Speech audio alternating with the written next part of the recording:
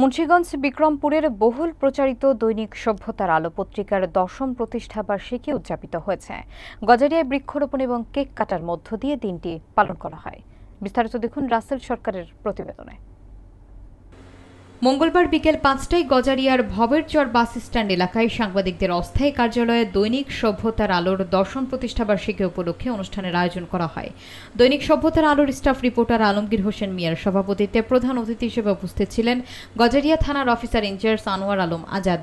বিশেষ অতিথি হিসেবে উপস্থিত ছিলেন ওসি তদন্ত মোহাম্মদ শহীদুল ইসলাম, বিএনপি নেতা নুরুল আমিন সরকার, পোড়া চক বাউশিয়া উচ্চ বিদ্যালয়ের প্রধান শিক্ষক মোহাম্মদ হানিফ মিয়া, আক্তারুজ্জামান শিকদার, গজারিয়া প্রেস ক্লাবের সাধারণ সম্পাদক শেখ নজরুল ইসলাম, প্রেস ক্লাবের যুগ্ম সম্পাদক আজিজুল হক পার্থের সঞ্চালনায় আরও উপস্থিত ছিলেন সিনিয়র সাংবাদিক মোহাম্মদ মকবুল হোসেন, মোয়াজ্জেম হোসেন জুয়েল, আমিরুল ইসলাম নয়ন, সাইফুল ইসলাম শামীম, আমজাদ হোসেন, ওসমান গনি, খায়রুল ইসলাম হৃদয়, রাসেল সরকার সহ উপজেলাধীন গণমাধ্যম কর্মী এবং সুশীল সমাজের প্রতিনিধিরা।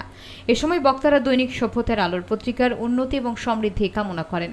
পরে কেক কাটা, বৃক্ষরোপণ এবং সাংবাদিকদের মাঝে চারা বিতরণের মাধ্যমে প্রতিষ্ঠা বার্ষিকী উদযাপন সম্পন্ন হয়।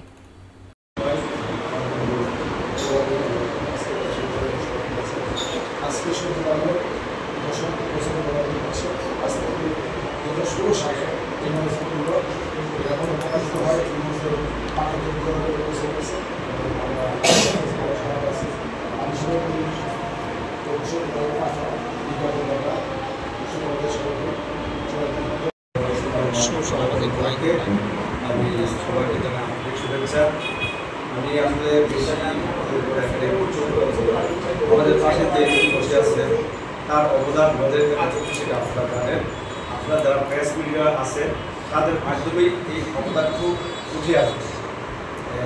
সাথে যে আপনার হস্তে একটা ক্যাব হয়েছে এটা একটা আল্লাহ সাংবাদিক প্রেস ক্লাবের সকল সাংবাদিক সভ্যতা আলো ১০ম বছর বেস্ট পরে যে উনি বেস্ট হয়েছে ওনাকে আমাদের প্রেস ক্লাব পক্ষ থেকে রাসেল সরকার, কারণ আমি বাকি থেকে আন্তরিকভাবে ক্ষমা প্রার্থী। কাজটা করেছে, আমাদের এই কথাটুকু করেছে, এই জন্য বিএনপির পক্ষ থেকে সভ্যতার আলোকে আরেকবার ধন্যবাদ জানিয়ে সবাইকে অসংখ্য ধন্যবাদ জানিয়ে এবং পুজো আয়োজনে আমাদেরকে ডাকার জন্য। অফিসে যাওয়ার আগে যখন মোবাইলটা খুলি তখন কিন্তু এই সভ্যতার আলো সংবাদটা আমার হোয়াটসঅ্যাপে প্রকাশ পায়। সভ্যতার আলো সংবাদটি শুধু গজারিয়া থানা না, মুন্সিগঞ্জ জেলা তথা বাংলাদেশের অনেক সংবাদ আপনার এই সভ্যতার আলোর মধ্যে মাধ্যমে আমরা জানতে পারি। আমি এখানে 9 মাস অধিক সময় আমার হয়ে গেছে। তো প্রত্যেক অনেক ঘটনা আমরা থানা পুলিশ জানার আগে অনেক তথ্য কিন্তু আপনাদের কাছে আসে। আপনাদের মাধ্যমে অনেক তথ্য পেয়ে আমরা তাৎক্ষণিক পুলিশি ব্যবস্থা নিই। এটা আমাদের জন্য খুব সহজ হয়। যখনই আমরা আপনাদের মাধ্যমে তথ্য পাই আমরা ধারণা করে নিই এটা মানে সত্য সংবাদ এবং আমরা তাৎক্ষণিক এটা পুলিশি ব্যবস্থা গ্রহণ করি। আপনারা জানেন যে